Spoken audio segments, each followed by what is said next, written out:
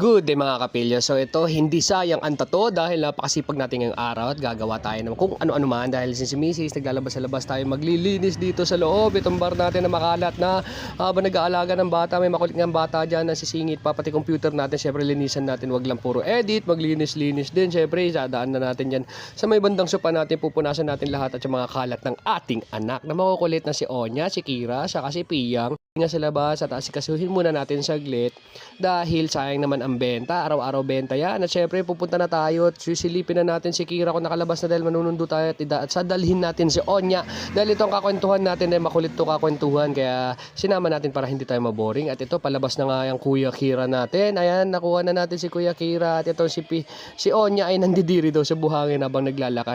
At nagluto pa nga ako pag-uwi, itong paksiw at saka pritong espada, syempre para makapag-lunch na rin tayo pagkatapos natin magsundo. That's it!